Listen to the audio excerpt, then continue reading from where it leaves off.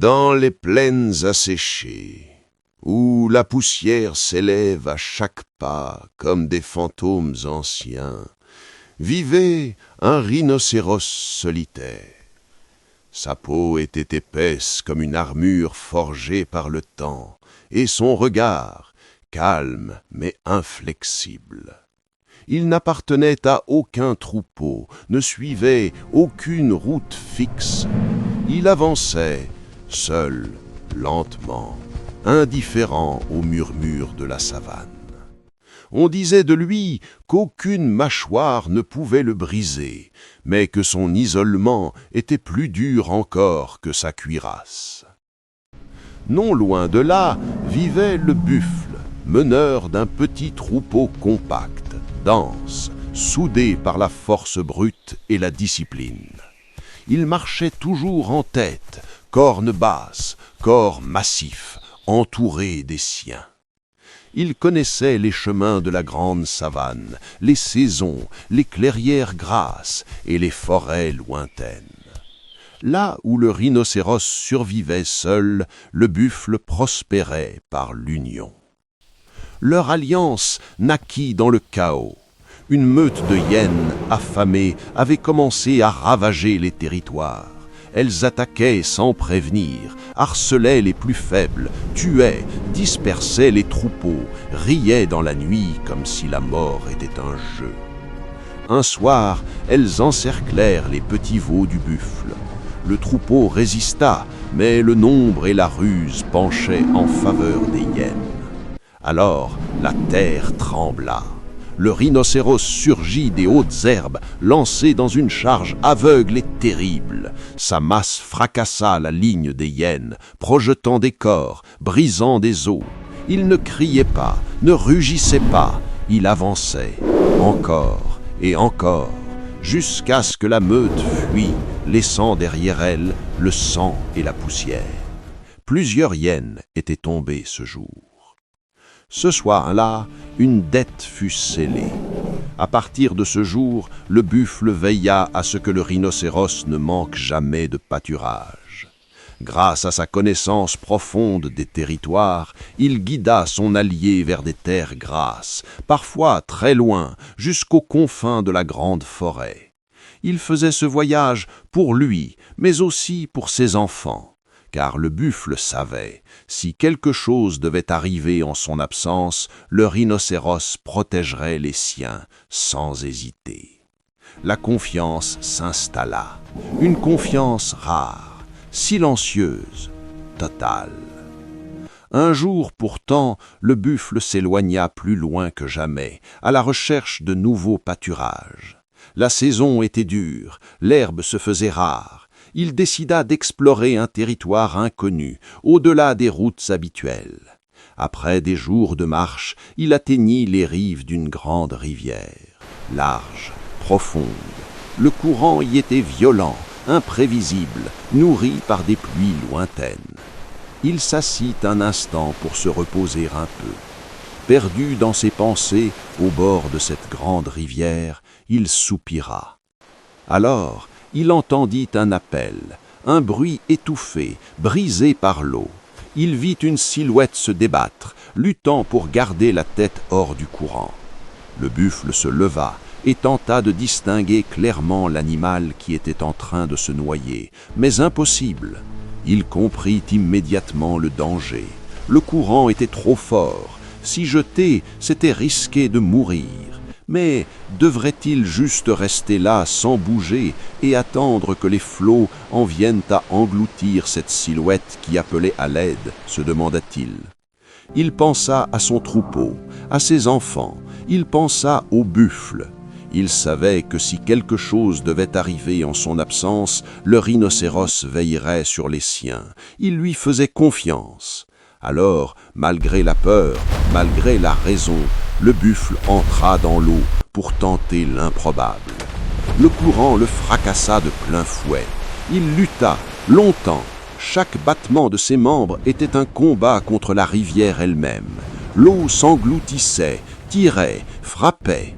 Ses forces s'épuisaient. Le monde devint flou, puis noir. Il perdit conscience. Lorsqu'il se réveilla, le silence était là. Une rivière paisible coulait à ses côtés. Le courant avait disparu, le ciel était clair.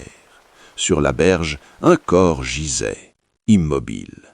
Le buffle sursauta en reconnaissant la forme. C'était un lion, mort. Un frisson parcourut son échine. Il comprit alors. La silhouette qu'il avait vue se débattre dans le courant, c'était ce lion. En s'approchant, son cœur se serra davantage. Autour du cou du lion mort reposait un collier très ancien, lourd, marqué de symboles que tous connaissaient. Le collier ancestral, celui qui, depuis des générations, désignait le roi, celui dont toute la savane et la forêt reconnaissaient l'autorité. Quiconque le portait avait autorité sur tous les animaux et était de facto roi. Le buffle comprit immédiatement. Ce lion mort à côté de lui n'était pas n'importe quel lion, c'était le roi.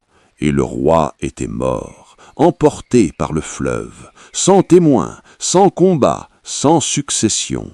Le monde venait de perdre son axe. Le buffle resta longtemps immobile. Il n'éprouvait ni joie, ni ambition, seulement un poids écrasant. Il savait ce que cela signifiait. Là où le collier allait, l'ordre suivait. Là où il reposait, le pouvoir s'installait. Alors, lentement, presque avec crainte, il prit le collier du cou du lion mort et le passa autour du sien. À cet instant, quelque chose changea. Ce n'était pas une force nouvelle, ni une exaltation, c'était une responsabilité brutale, imposée par le hasard et la mort. Le buffle leva la tête, regarda vers la forêt et commença à marcher. Peut-être ignorait-il, ou pas encore, que ce geste allait bouleverser l'équilibre ancien. Tous accepteraient-ils de se soumettre au nouveau roi, ou certains refuseraient d'obéir à un roi sans croc? Que penserait le rhinocéros de tout ceci, son frère d'armes et ami? Mais le buffle savait, en marchant lentement dans la forêt en direction du territoire des Rions, il savait que le pouvoir, même porté par les plus justes, réclame toujours un prix. Lorsque le buffle posa le sabot dans la forêt, les oiseaux quittèrent leur nid avant même qu'il n'apparût sous les feuillages. Les branches frémirent, les singes cessèrent leurs cris. Les antilopes, pourtant rapides, ne demandèrent pas leur reste. À chaque pas qu'ils faisaient, les animaux qu'ils croisaient prenaient immédiatement la fuite. Dans la forêt, les nouvelles vont vite, et celles-ci couraient plus vite encore. Le buffle portait le collier ancestral. Ce collier n'était pas un simple ornement. Il était ancien comme la mémoire des arbres. On disait qu'il consacrait celui qui le portait roi de la forêt et de la savane au nom d'une loi que nul n'osait contester. Une loi que les générations précédentes avaient acceptée sans toujours la comprendre. Le buffle marchait calmement. Il ne cherchait ni à impressionner, ni à menacer. Mais le collier brillait autour de son cou comme un destin imposé. Il marcha longtemps, jusqu'à atteindre le territoire des lions. Là, un jeune lion blanc avait récemment pris la tête du clan après le décès du vieux chef et de l'ancien roi. Il était puissant, fier, respecté. Autour de lui se tenaient les lionnes, les jeunes mâles, les anciens. Lorsque le jeune lion blanc aperçut le collier, son regard changea. Il savait ce que cela signifiait. Alors, devant tout son clan, il s'agenouilla. Il se prosterna devant le buffle et le collier ancestral. Le geste fut lourd. Les autres lions suivirent, puis les hyènes, puis les antilopes revenues prudemment. La vague de soumission se répandit comme un frisson dans la savane. Ainsi, sans rugissement, sans combat, le buffle devint roi de tous les animaux de la forêt et de la savane, par la loi du collier, par un heureux hasard. Il fit annoncer la nouvelle jusqu'aux plaines éloignées, là où vivait son ami de toujours, le rhinocéros. Quand celui-ci arriva, massif et silencieux, le buffle descendit de son promontoire pour l'accueillir. Il ne parla pas en roi, il parla en ami. Il lui proposa d'être son conseiller, son second, de partager le poids des décisions, de rester à ses côtés. Le rhinocéros réfléchit longuement. Il regarda le collier, puis la foule, puis l'horizon. Il répondit que la proposition l'honorait profondément, mais que cette charge n'était pas pour lui. Un trône, même entouré d'or, reste un enclos, dit-il calmement. Puis il repartit vers ses terres d'origine. Le buffle le regarda s'éloigner, partagé entre admiration et incompréhension. Le règne commença, et pendant un temps il fut paisible.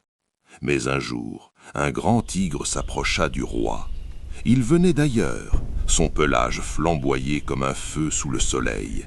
Sa voix était douce, presque musicale.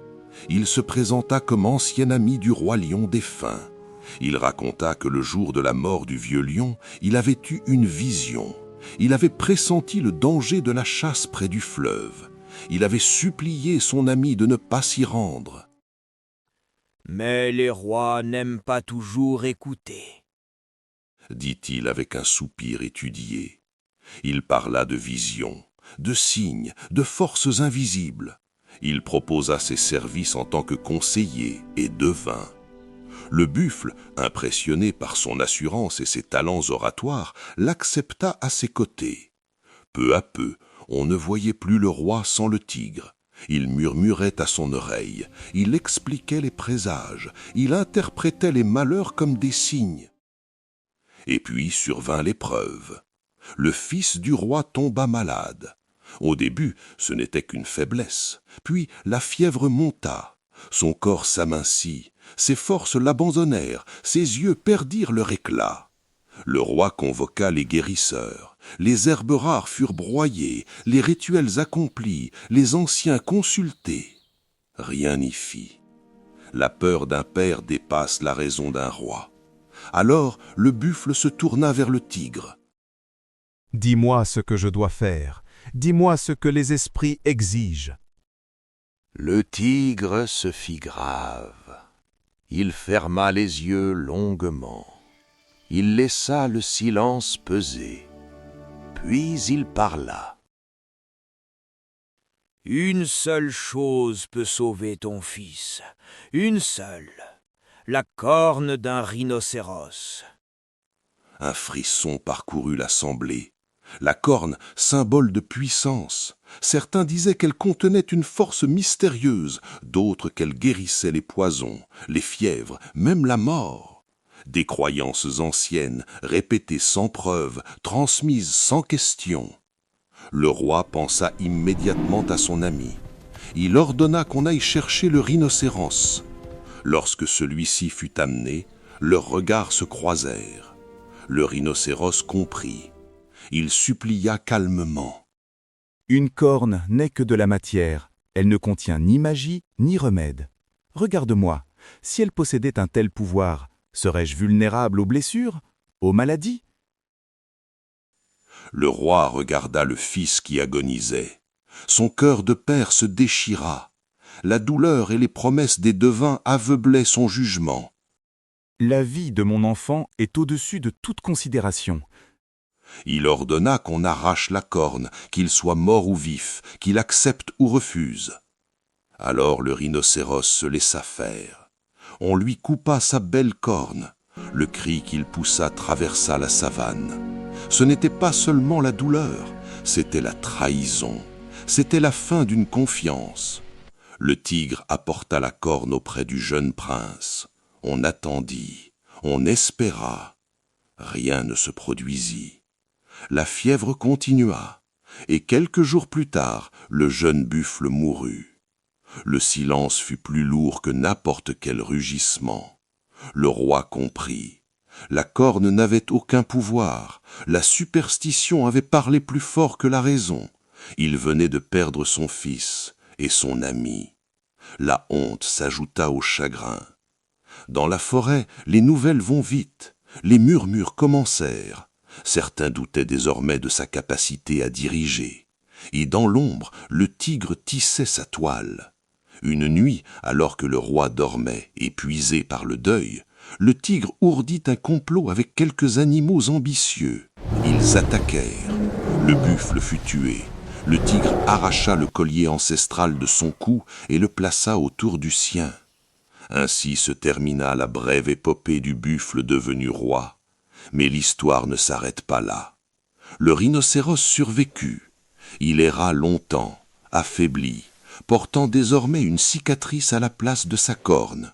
Une cicatrice qui lui rappelait son amitié avec le buffle et ce qui en avait découlé.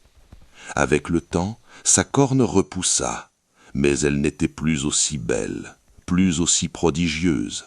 Elle était plus courte, plus terne, comme une mémoire visible. Et la légende grandit.